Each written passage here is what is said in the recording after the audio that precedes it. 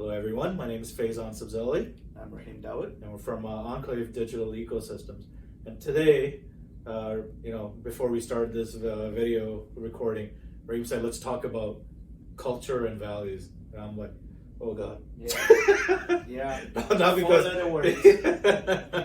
not because I don't think they're important. I think they're tough subjects because even, I feel like it's tough because the experiences that I've had, right? It's a tough conversation to have just around that. But yeah, go ahead and tell us kind of what you wanted to talk about, and let's have this discussion. No, I'm glad you said tough. Because as you can tell from my body language, I'm like, no, they're not. We make it tough. Yeah. And that's what I want to dwell on. I mean, in our experience, right, where we talk about values and the culture of an organization, there's a fantastic marketing job that goes into selling culture. We've interviewed places where they've sold us on this whole, we're gonna do this personal development. We've got this environment, whatever. You walk in there and there's a ping pong table and that's like 15 minutes of pleasure, and then after that, that's kind of the end of the road, right? For culture, because from there on in, when you look at the way the business is being run, it is effectively there to exploit as much as it can of your time. Right? We've been in situations where we fought the whole utilization battle within the context of, we have to give back. We have to allow this field that we're in is constant learning. Like I'm putting in on average 3 or 4 hours, a week of learning, and I'm being lazy. I technically need to do twice as much, right? In order for me to stay in shape in terms of being able to do my job, I need to be able to train for a full day a week. Right? Which means at least 20% of my time needs to be given to training and learning and development, because what I learned today in 3 months is completely obsolete. Right? Yet, when we pick up these battles and we fight these battles for utilization, the challenge we have is that layer of management that is put in place is only interested in what the spreadsheets tell them. Right? We're going to get you cost neutral if you bill for so many hours. Right? And until we get you billing for so many hours, don't bother with training and development and what have you. Yeah. And then when the floodgates open and there is demand for a specific skill, we've seen some of our teammates burn 110, 120 hours. You're like, where do you get 110, 120 hours? So you're being dishonest with your customers, right? As harsh as this sounds, because you're obviously double dipping, because you can't make 120% happen unless you're double dipping. But then at the same time, you're actually burning that person out. Right. So I think we make it difficult, coming back to that point about making it difficult, because we're not sincere about it. It looks fantastic on our walls. We love marketing it. We love talking about it on podiums. But in practice, all we want is to exploit every penny out of the individuals we have in our organization. Yeah. It's a sad fact. It's a fact we've lived, which is why I can say it with confidence and not feel like I'm going to get in trouble. I don't really give a crap for anybody that disagrees with me on this, because I've seen it firsthand. I've lived it firsthand. Right? So it's not a difficult thing to understand. It becomes difficult because we're not sincere about it. I think, so where I think I'm disagreeing with you, those examples, I think we've been through some of them together, some of them separate. Yeah. It's not tough to talk about, right? Like it's not, where it gets tough, I think, is when, I don't want to curse on it, stuff hits the fan, right? Yes. When that stuff hits the fan, it's really hard, because in those moments, right, where as an organization, you have to either decide about letting go of people and all those things that happen, right? And it's and I think we've both been in positions where we've had to do that, and it eats at you, right? Like it eats at you when you're making those decisions, trying to make the decision to making the decision. So it's tough. It is tough. Where I'm at is where it's tough is, how do you actually implement it, right? And to say, okay, I'm going to live by it. And that doesn't mean that you may not have to let go of some of the people. No. Yes. Right? When the time comes. Yes. Because the challenge is like where I face the challenges, right? Like you kind of hit it on the point, is that for all of us to stay relevant in this industry, is that sometimes we're talking about things that just came out in the morning. Yes. Right? Like they were just released. The features were released in the morning. Yes. And we're talking about it like we're experts. Yes. And that, of course, is being dishonest. And I do my best to say, hey, listen, I'm still learning. I'm still learning. This literally just came out this morning, right? Yeah. So I'm only ahead of you by a couple hours, and that's it. So I'm not trying to be an expert here. Yeah. But these are conversations like, so yes, culturally, personally, that's my, kind of ethos that I live by. But when it comes to an organization and putting those cultural values in place, it's easy. I think it's easy to have those conversations and follow those ethos when everything's okay.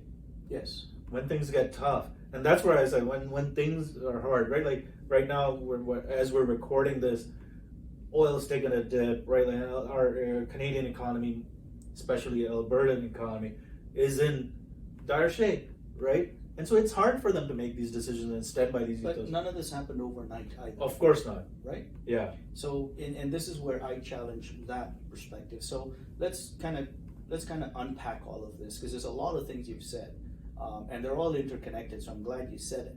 But let's kind of park culture now aside for a second, okay? Yeah. And let's talk about hiring practices, because this whole hiring and firing and what have you, right? Yeah. So access to talent is difficult. Okay? Access to good talent is even more difficult. Right? So what ends up happening in this industry is, in order for us to keep posturing that we are the gold standard, right? We have to be attractive to this talent. What ends up happening, and you've probably seen this in practice, because we celebrate people coming in, but then we're really quiet about people going out, right? We end up having this revolving door where we've kind of attracted talent, we've made big announcements, but then we've done absolutely nothing to keep them engaged, right?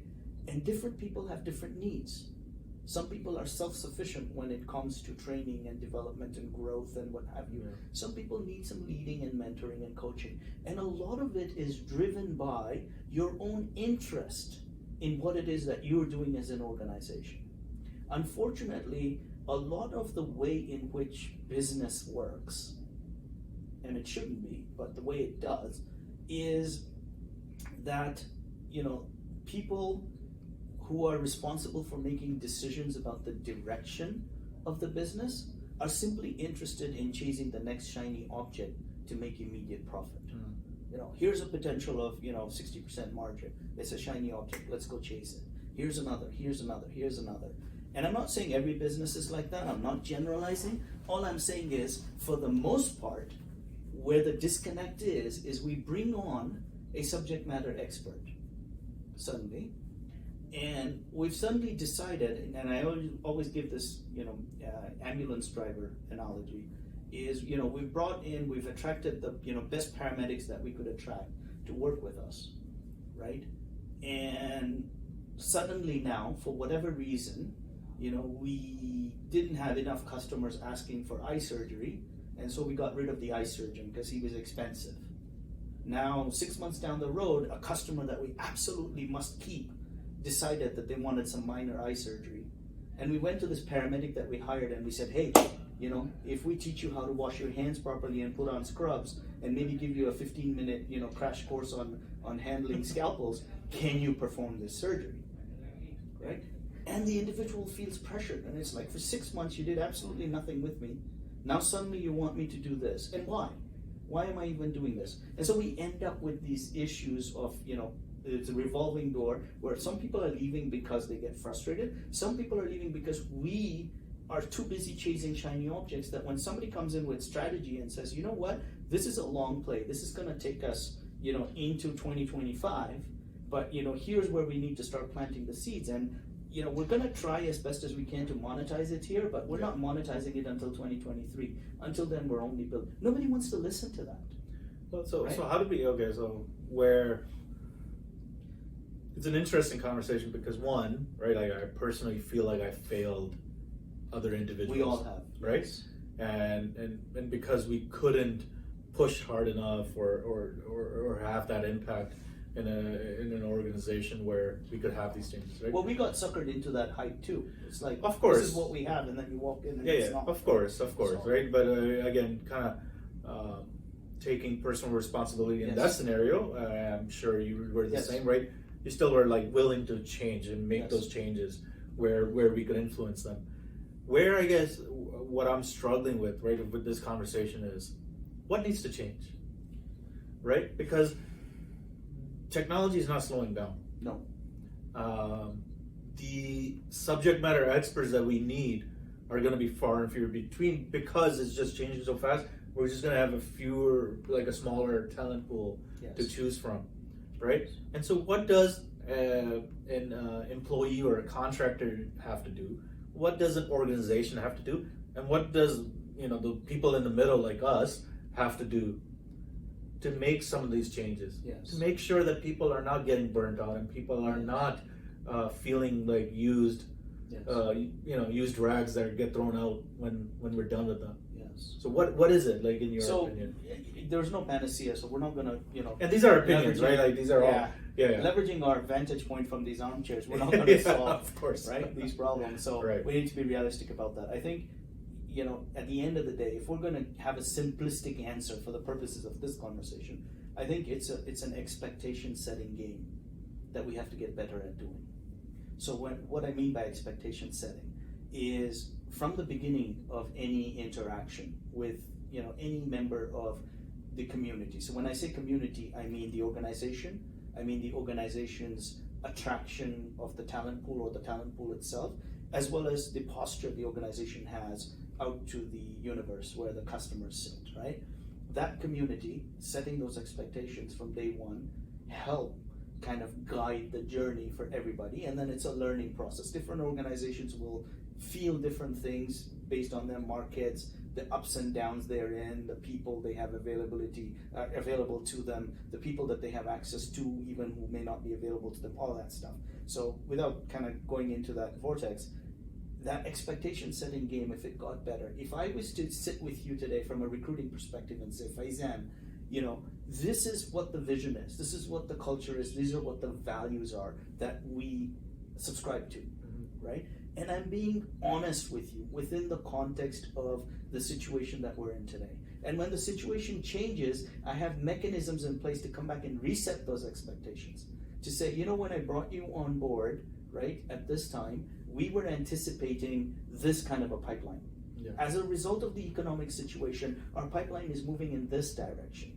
So we are going to have to reset the expectations that we've set for ourselves and open up the opportunity for you to weigh in as well, to say, hey, wait a minute, so does that mean that instead of this now, I can focus on this and bring more value? Right? So that's one part of it, is that whole mechanism of sign up expectation setting. Okay. Client facing as well. Like if you do not have a plan, and if you do not have strategy, then you're always going to be posturing that you can do everything under the sun. And then the moment the client bites, you're putting pressure on everybody to deliver on your behalf for the BS you've been selling. So I think that needs to change, and that's a longer conversation to have. But I think if we're going to simplify this narrative and say, where do we begin? In my mind, I think we start kind of being humble enough to accept that we need to start at that level of expectation setting. Yeah. If I hear you correctly, right, I think what you're prescribing is transparency. Transparency. Right? And a lot of us fail at that. I failed at it. Personally, I'm not going to speak for anyone, right? Like to be fully transparent. And I think from a cultural perspective, I think if we can have it as an organization, have transparency as a goal.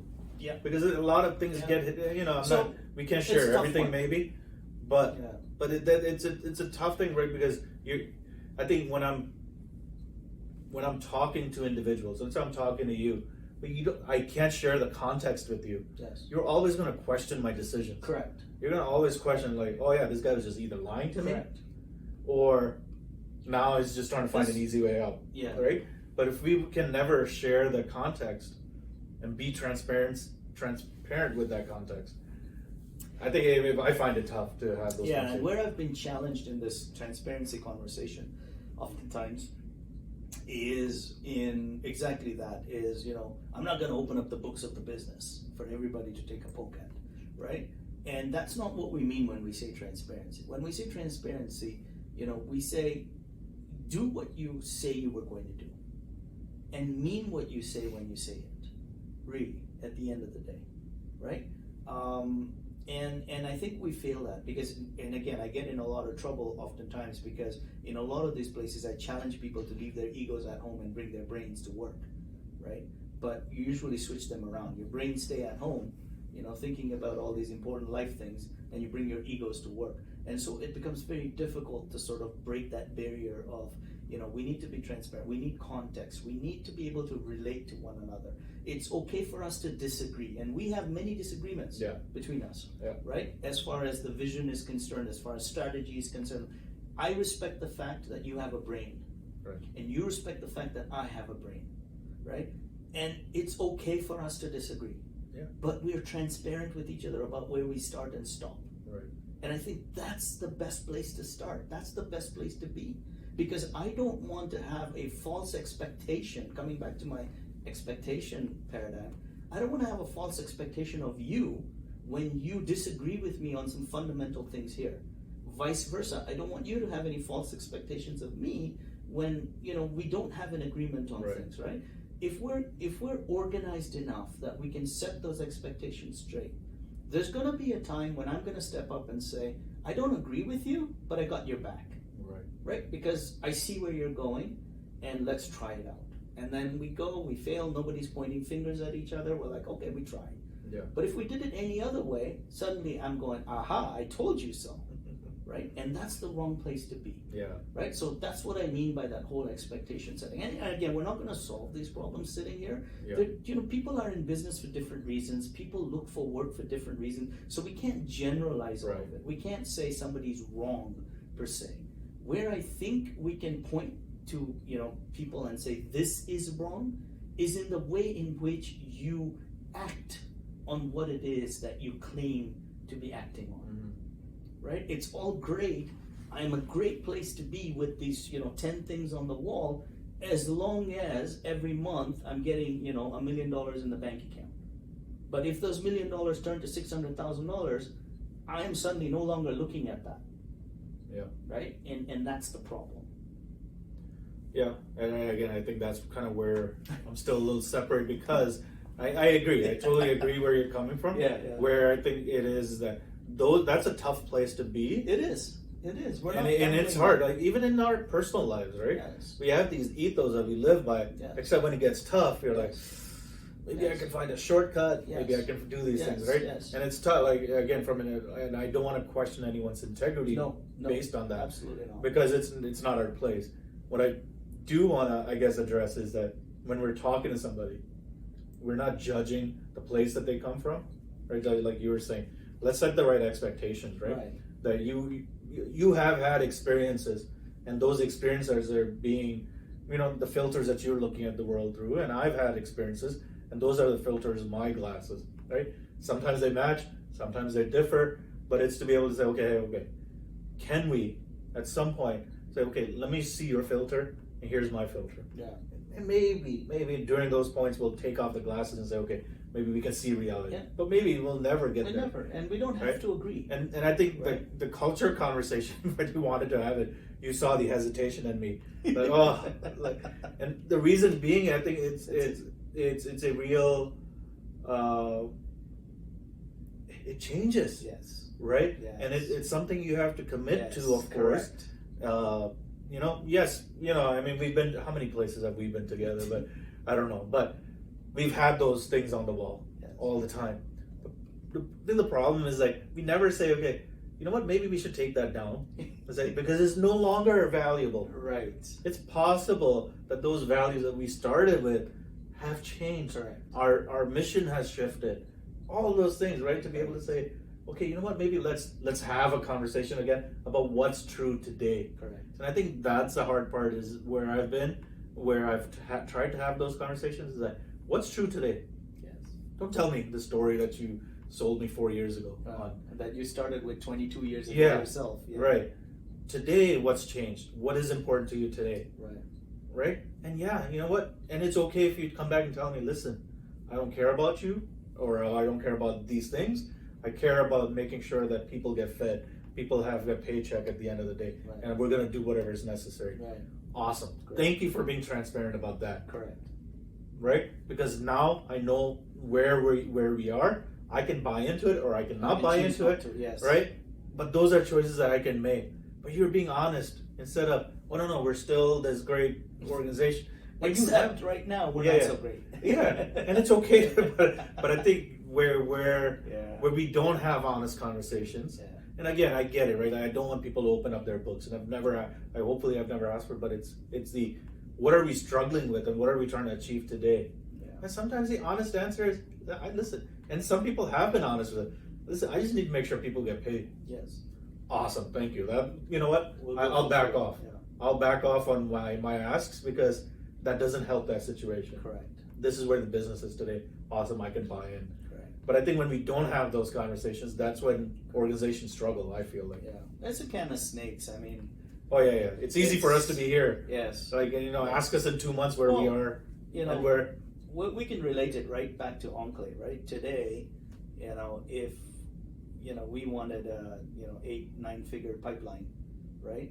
It's difficult for us today, the way we are, to build that kind of a pipeline because of what we've chosen as our value, right? But we've been very honest with ourselves, saying, that's not what we're chasing today, right? To your point, 3 years from now, that may be our reality, right? That 8 figures is important for us to chase, and we will adjust the sales accordingly. But our commitment remains the same throughout all of this, in that what we put on the walls today is subject to change, and before it changes, we're being honest with each other about it. We're getting everybody's buy-in, and whoever's not buying in, they have the opportunity to say, okay, not my circus anymore. I'm gonna go find someplace else to be. And it's perfectly fair, and it's perfectly legit. We will not lie to you, right, to get you to buy into something that doesn't exist. And at a minimum, I think everybody can do that, right? I hope, like, the hope is always there.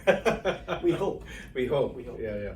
So again, I think we'll end the conversation here. If that's okay. But again, to those watching, those are still watching with us, comment on what you feel like. Again, whatever we've shared are our opinions and based on our experiences, and it may not be true, and it may not be right.